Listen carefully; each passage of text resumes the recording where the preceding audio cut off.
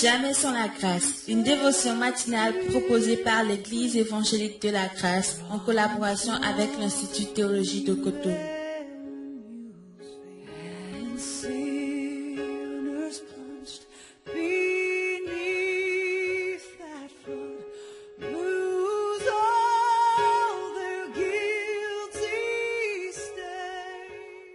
Bonjour chers amis, chers internautes, bienvenue dans la pensée de ce matin, précieux Jésus, encore une fois.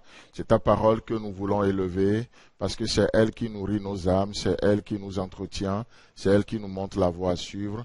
Alors nous prions pour la sagesse de ton esprit au nom puissant de Jésus. Amen. Alors, encore une fois, bienvenue dans cette dévotion de ce matin, qui n'est plus à présenter, jamais sans la grâce. Une dévotion par laquelle je crois que Dieu fait vraiment de dépôt éternel dans nos vies. Il nous montre la voie à suivre chaque matin. Merci pour vos prières également. Et donc, depuis hier, nous avons commencé une pensée. Nous sommes en train de parler un peu de cette expression plus que la raison humaine. Et donc là, nous disons quoi? Que ce que Dieu fait est toujours, ça dépasse la raison humaine. L'homme ne peut toujours pas cerner ce que Dieu fait. Et d'ailleurs, Dieu se plaît à faire les choses ainsi afin que l'on le craigne. Donc, Dieu nous montre par là qu'il est souverain, il n'est pas camarade de quelqu'un, il décide, il prend des...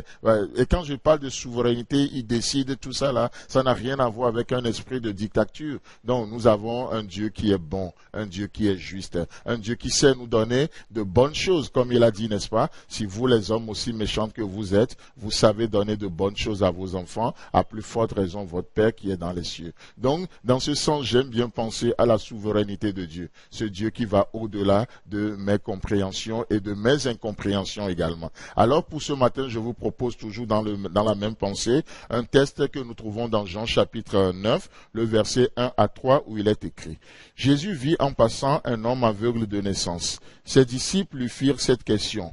Rabbi, qui a péché, cet homme ou ses parents, pour qu'il soit né aveugle? Jésus répondit.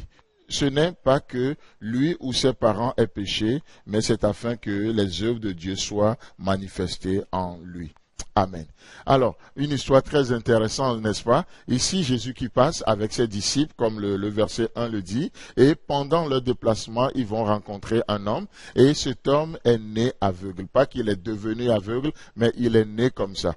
Alors, devant cette situation, mais c'est incompréhensible. On se dit, mais alors c'est de l'injustice. Comment il est né aveugle? Qu'est-ce qu'il a fait? On cherche toujours, mais pourquoi il est devenu comme ça? Et en posant la question pourquoi, nous sommes en train de chercher toujours un bouc émissaire. On est en train toujours de chercher un coupable. Oh, pourquoi? Mais laissez-moi vous dire que qu'est-ce que Jésus va faire avec cette histoire? Il va casser leur pourquoi en deux et ils auront désormais pourquoi. C'est-à-dire, Dieu va leur montrer le but, et non pour trouver un coupable. Oh, souvent nous posons des questions. Si on veut trouver le coupable, c'est pas la bonne question. Au lieu de pourquoi en un mot, posons plutôt la question pourquoi, c'est-à-dire quel est le but. Oh, lorsque nous rencontrons le but de Dieu, mes amis, oh, nos inquiétudes changent en quiétude. Dieu transforme les choses. Et donc, cherchant un coupable, ils n'ont que deux possibilités. Ils vont dire, mais soit cet homme a péché, et là, ils vont faire allusion à toute une philosophie de peut-être qu'il est venu avant l'incarnation, la réincarnation, plein de trucs qu'on voit derrière cette pensée. Mais voilà, il est revenu et donc il avait péché dans l'autre monde. Et voilà, maintenant, il est en train de subir le jugement de Dieu. Il n'y a que cette possibilité, ou bien une deuxième possibilité, ce sont ses parents qui ont péché. Mais là, je me dis, mais comment ses parents ont péché? Vous savez, aujourd'hui, la science prouve que parfois, parce que les parents ont certaines maladies sexuellement transmissibles, ça peut agir même sur les yeux de l'enfant qui va naître et donc du coup, à cause de ces infections au niveau de la mère, au niveau des parents, les enfants peuvent naître soit malvoyants, soit carrément aveugles. Donc voilà ce que la raison humaine comprend et il dit à Jésus, soit cet homme est pécheur, et il est en train de payer pour ses péchés, soit il est innocent et ses parents sont coupables. Mais qu'est-ce que Jésus va leur dire? Ben, vous avez tort. Ni l'un ni l'autre. Cet homme c'est pas parce qu'il a péché, ce n'est pas non plus la faute de ses parents, mais vous êtes devant ces situations où Dieu a permis ceci afin que ces œuvres soient manifestées. Laissez-moi vous dire que dans cette journée, peut-être il y a des choses qui vont vous dépasser. Vous allez dire, mais pourquoi?